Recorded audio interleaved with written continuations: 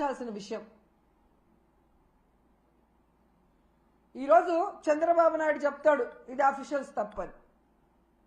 పవన్ కళ్యాణ్ గారు వస్తారు, ఇది టీటీడీ చైర్మన్ అడిషనల్ ఈఓ గారు ఎస్పీ గారు తప్పని ఆయన చెప్తాడు.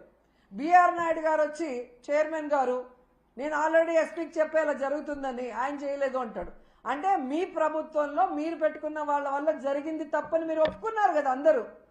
మరి ఎందుకు 3 రోజులు అవుతున్నా ఎవరి పేరు ఎఫ్ఐఆర్లో ఎక్కట్లేదు, ఎందుకు ఎవరిని కూడా అరెస్ట్ చేసి లోపల పెట్టలేదని నేను అడుగుతున్నాను. అసలు పవన్ కళ్యాణ్ గారు ఏం మాట్లాడుతున్నారో ప్రజలకి కన్ఫ్యూజ్ అయిపోతున్నారు. పిఠాపురానికి వెళ్ళాడు నిన్న, నేను క్షమాపణ చెప్పాను మీరెందుకు చెప్పను అని అడుగుతాడు. అప్పుడెప్పుడో అమ్మాయిల రేపులు జరిగినప్పుడు గమనించాను, బెత్తం దెబ్బలతో సరిచేద్దామంటాడు. ఇప్పుడు మనుషుల్ని చంపేసి క్షమాపణలతో సరిచేద్దామంటాడు. క్షమాపణలు కాదు, తప్పు చేసిన వాళ్ళకి శిక్ష పడాలి. ఆ తప్పు రిపీట్ కాకుండా చూసుకోవాల్సిన బాధ్యత నీకుంది. ఎందుకంటే ఈరోజు ప్రభుత్వంలో నువ్వు ఉన్నావు, డిప్యూటీ సీఎంగా నువ్వు ఉన్నావు, ఉండి కూడా క్షమాపణలు బెత్తం దెబ్బలు అంటావు. మొన్న ఈ మధ్య కడపకు వచ్చినప్పుడేమో ఎవడు తప్పు చేసినా నేను ఒప్పుకోను, తాట తీస్తా, తోలు తీస్తా, అంతు చూస్తా అని మాట్లాడావు. మరి తప్పు చేసిన వాళ్ళు ఈరోజు చైర్మన్ అడిషనల్ ఈఓ ఎస్పీ అని నువ్వే చెప్తున్నావు కదా. మరి ఎందుకు వాళ్ళ తోలు తీయట్లేదు, వాళ్ళ అంతు చూడట్లేదు, వాళ్ళ తాట తీయట్లేదు? మళ్ళీ పెద్ద పెద్ద డైలాగులు చెప్తున్నారు. నిన్న మీటింగ్లో నేను పిఠాపురంలోనే అనుకుంటా, కులం పేరుతో ఎవరైనా తప్పించుకోవాలని చూస్తే నేను చూస్తూ ఊరుకోను అన్నాడు. మరి ఈరోజు బిఆర్ నాయుడు గారిని, వెంకయ్య చౌదరి గారిని, సుబ్బారాయుడు గారిని శిక్షించడానికి ఏ కులం చూసి నువ్వు భయపడి ఆగిపోతున్నావు అని అడుగుతున్నా. నీ పక్కన నిన్న పిఠాపురంలో ఉన్నాడు పంతం నానాజీ, ఒక డాక్టర్ కమ్ ప్రొఫెసర్ అయిన ఒక ఎస్సీ మేధావిని గూబ పగలగొడితే నీ కులమని ఆపేస్తావా? శిక్షించకుండా, కేసు పెట్టకుండా మళ్ళీ పెద్ద పెద్ద డైలాగు, కులం చూసి నేను భయపడను అని. ఆ రోజేమో జరగని తప్పుని జరిగినట్టుగా లడ్డూలో కల్తీ జరిగిందని కాషాయ వస్త్రాలు వేసుకొని తిరుపతిలో నానా హడావిడి చేశారు.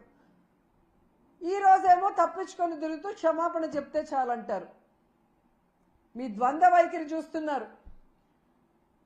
ఏదైతే తెలంగాణలో సంధ్యా థియేటర్లో తొక్కిసలాటలో ఒక్కరు చనిపోతే 14 మంది సినిమా హీరోతో సహా థియేటర్ యాజమాన్యం వరకు 14 మంది మీద కేసులు, క్రిమినల్ కేసులు ఫైల్ చేశారో, ఈరోజు చంద్రబాబు నాయుడు అవసరం లేకపోయినా కుప్పంలో మీటింగ్ పెట్టుకొని అఫీషియల్స్ని తిప్పుకొని ఇక్కడ 6 మంది ప్రాణాలు తీసి 60 మంది గాయాలకు కారణమైనందుకు ఆయనతో సహా టీటీడీ పాలకవర్గంతో సహా ఎస్పీతో సహా అందరి మీద క్రిమినల్ కేసులు నమోదు చేయాలని డిమాండ్ చేస్తున్నాం.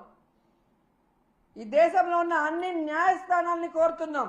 దీన్ని సుమోటోగా తీసుకొని తప్పు చేసిన వాళ్ళ మీద కేసులు పెట్టి విచారించి శిక్షించండి అని కూడా మేము కోరుకుంటున్నాం. ఎంత బాధాకరం అంటే, నా చిన్నప్పటి నుంచి చూస్తున్నాను, కొండ మీద ఇంత తక్కువ జనం ఎప్పుడూ లేరు.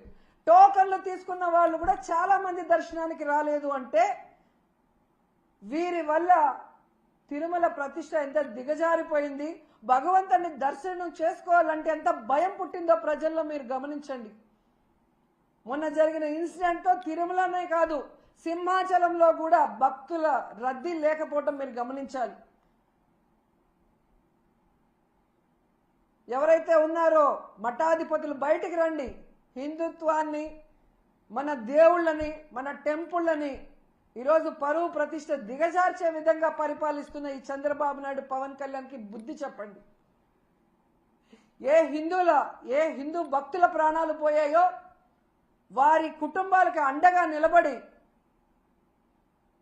తప్పు చేసిన వాళ్ళని శిక్షించే విధంగా మనమందరం కలిసికట్టుగా పోరాడదామని కోరుకుంటున్నాను. ఎందుకంటే ఈ చంద్రబాబు నాయుడు తప్పించుకునే రాజకీయాలు చేస్తారు. పవన్ కళ్యాణ్ ఏమో సినిమా డైలాగులు చెప్పినట్టు చెప్తాడు కానీ మళ్ళీ ఎక్కడ కూడా ఏం చేయడు. ఎందుకంటే అల్లు అర్జున్కి మానవత్వం లేదంట, పోయి పరామర్శించలేదంట. మరి నీ అభిమానులు నీ కోసం గేమ్ చేంజర్ ప్రీ రిలీజ్ ఈవెంట్కి వచ్చి ఇద్దరు చనిపోతే మణికంఠ చరణ్ అని ఇన్ని రోజులు అవుతున్నా ఒక్కరి మీద కేసు లేదు, ఒక్కరిని అరెస్ట్ చేయలేదు. నిన్న నువ్వు పిఠాపురానికి వెళ్ళి ఆ కుటుంబాన్ని పిలిపించి కూడా వాళ్ళని కలవకుండా, వాళ్ళని పరామర్శించకుండా వాళ్ళని అవమానించావు. మరి నీకు మానవత్వం ఉందా అని నేను ప్రశ్నిస్తున్నా.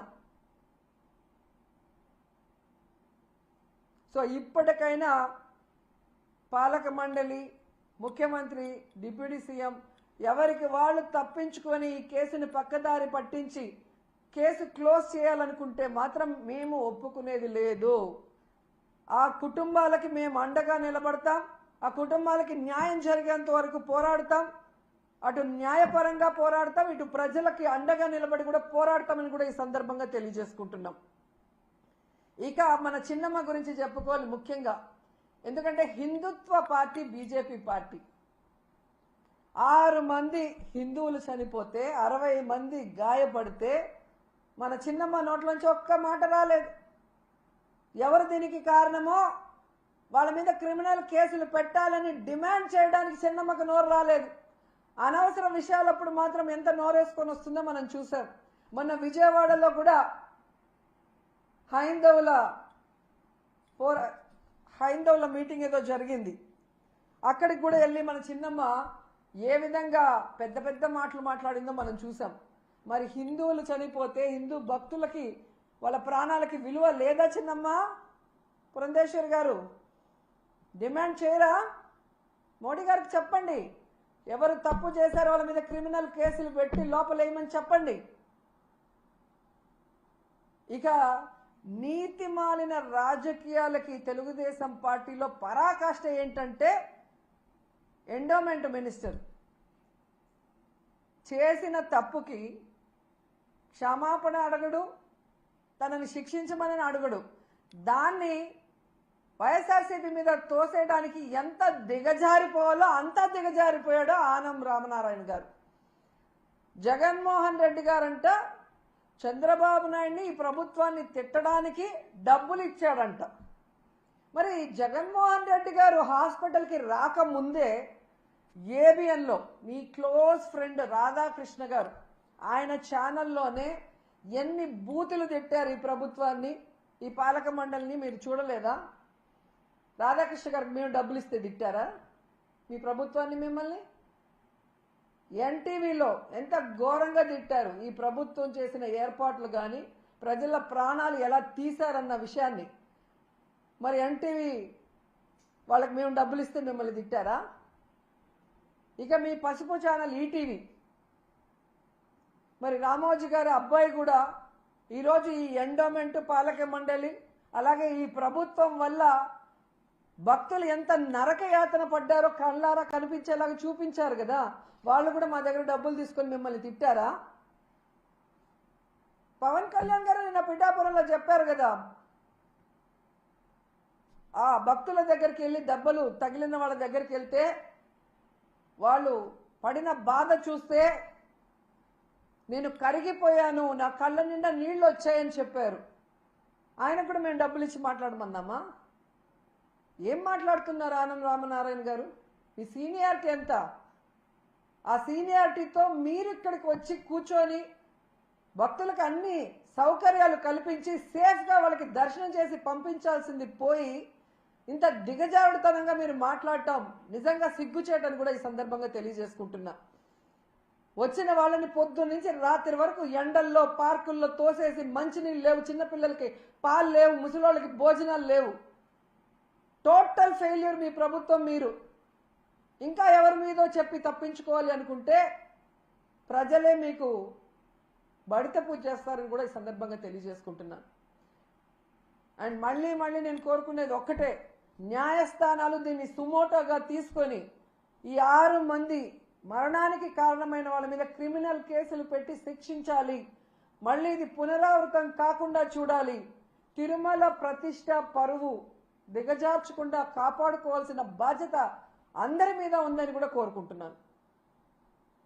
లేనిపోని ఈ విషయంలో రాద్ధాంతం చేస్తారు. ఈ విషయంలో ఎందుకు స్వామీజీలు గారు మిగతా వాళ్ళు హిందుత్వ సంఘాలు మాట్లాడలేదు మేడం? ఎంతసేపు జగన్ గారి మీద పడి ఏడవటానికి వీళ్ళందరూ. మరి ఈరోజు ఎక్కడికి పోయారు? ఆ స్వామీజీలు ఎక్కడికి పోయారు? ఆ సనాతన యోధుడు ఎక్కడికి పోయాడు? ఈ ఛానల్ ఎందుకు డిస్కషన్ పెట్టట్లేదు మేధావులు విశ్లేషకులతో? వైకుంఠ ఏకాదశి ఉంది ఒక సైడు మోడీ గారి మీటింగ్ ఉందని తెలిసి కూడా కుప్పంలో స్వర్ణ కుప్పం అని చెప్పి సెల్ఫ్ డబ్బు కుట్టుకునే ప్రోగ్రాం ఎందుకు పెట్టారు? దానివల్ల ఏమైనా ఒక్క కుటుంబానికైనా లాభం ఉందా? కనీసం మీ మేనిఫెస్టోలో పెట్టిన సంక్రాంతి కానుక కూడా ఏ కుటుంబానికి ఇవ్వాల. మరి స్వర్ణ కుప్పం వల్ల ఈ 3 రోజుల్లో ఏం లాభం? 6 మంది ప్రాణాలు పోవటం తప్ప, 60 మంది ఒళ్ళు ఎముకలు ఇరిగి హూనం అవటం తప్ప ఏం ఉపయోగం ఉంది? ఇంత అర్జెంటుగా పెట్టి ఆఫీసర్లందరినీ టార్చర్ పెట్టి ఇప్పుడు ఎవరినో బలిపశువులు చేసి అసలైన నీ భజన పరులు ఈ మరణానికి కారణమైన వాళ్ళని తప్పించాలని చూస్తున్నావు. ఎంత సిగ్గుచేటు!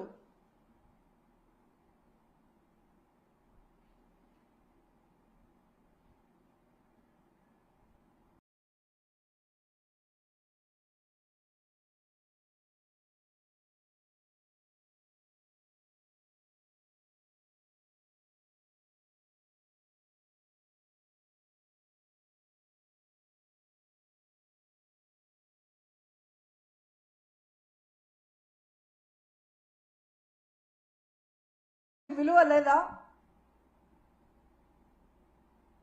ఎంత సిగ్గుచేటు!